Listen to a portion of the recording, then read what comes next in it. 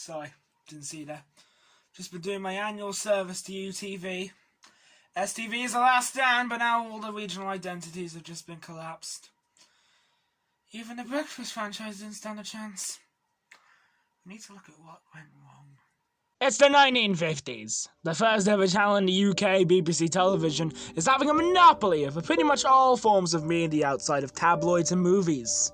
Although it was a while until a radio problem was resolved, in the 1950s the Independent Television Authority, or ITA for short, was created to help manage something big. Oh! Look! A local channel for local people! So the second broadcast channel was created. No name yet because of how it needs to be local. Like the BBC in the 40s to 50s, the channel started in London, moved to the Midlands, and then gradually sputtered out across the entire UK until all the country was filmed. It was also decided that the London, Midlands and North franchises would have a weekday franchise and a weekend franchise. For no reason whatsoever. And so, on the 22nd of September 1955, London began its broadcast.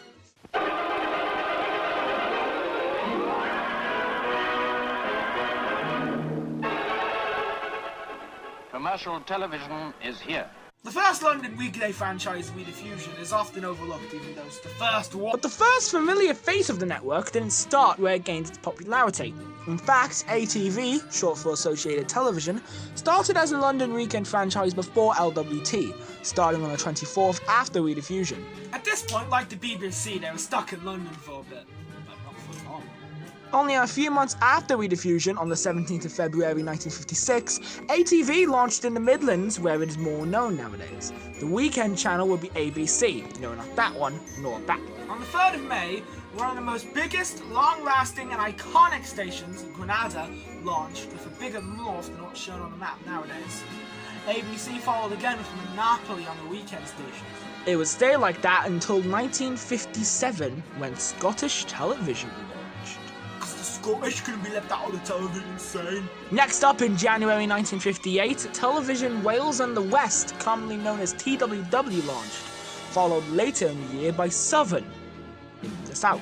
I don't know what you want from me. TTTV, otherwise known as Tyne-Tees Television, launched in January 1959, followed in October by Anglia. Hang on a minute, that identity sounds familiar. Who cares? And on Halloween 1959, we got Ulster Television. Oh, hell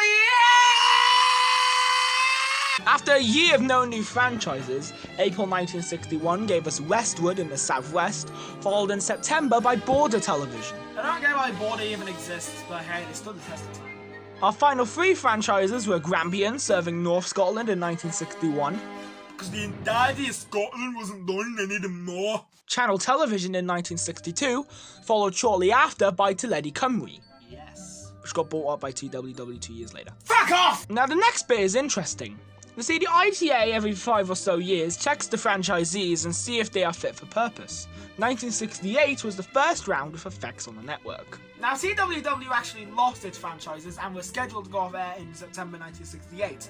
However, they threw a hissy fit and started broadcasting in March.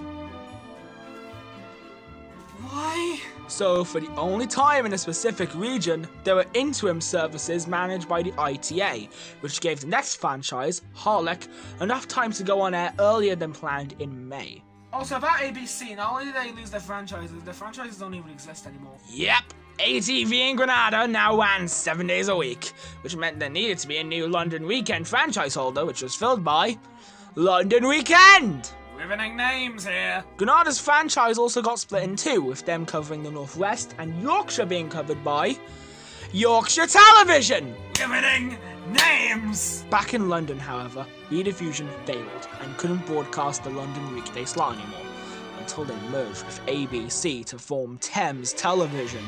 It's alive! It's alive! All these changes took place around July, which unfortunately was around the same time as some strike action, which caused issues on London Weekend's opening night, and also made the ITA run an emergency service. Sounds like something you'd do during a war. And now it's 1969, so you know what that means! Colour! Yeah, woohoo! Yeah, alright! Colour! Let's go! Colour, baby! Alright!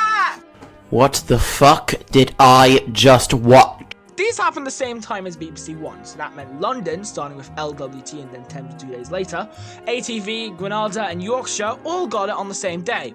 Southern and Scottish would follow in December, followed by HTV in April. Yeah, let's do it. Draw! Lives going magic with supersonic speed.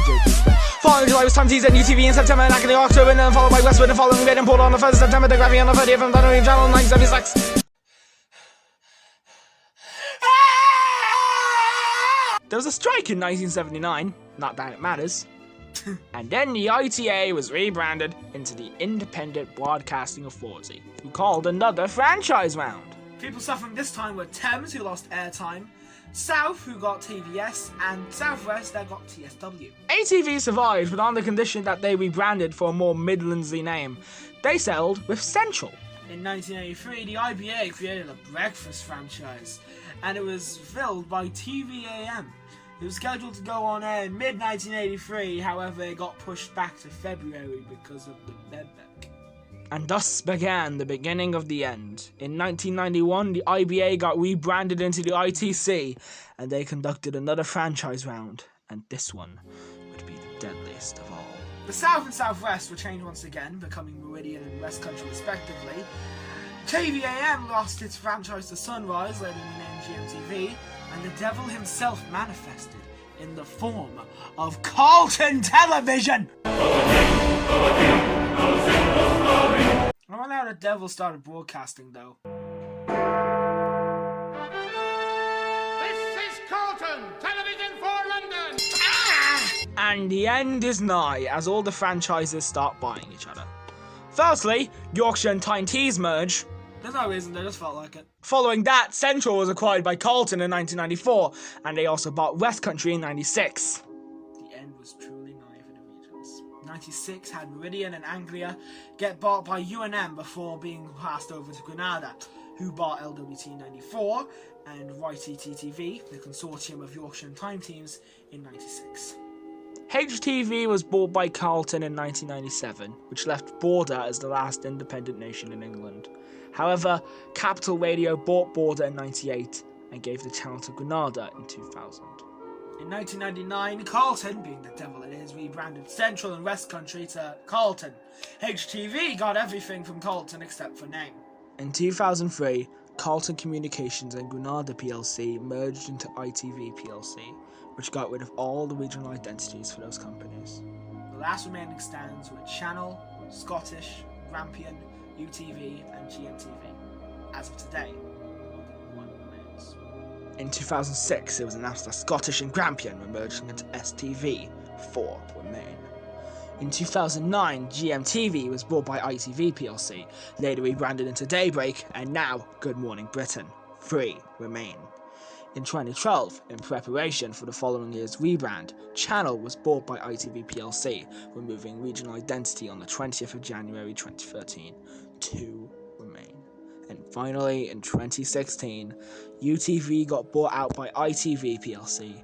Its radio channel got rebranded, and Republic of Ireland channel given to the TV3 group, which got rebranded to B3, and now... Drama on Virgin Media 3. The channel was given a logo refresh but kept its regional identity until 2020, when COVID forced UTV to use ITV branding. Originally it was temporary, but was made permanent later in the year. 1 remains. And that's the end of the story. ITV now have 2 regional franchises. ITV covering England, Wales, the Crown Dependencies and some of Scotland and Northern Ireland, and STV covering most of Scotland. Because the Scottish didn't want to be invaded by the English again.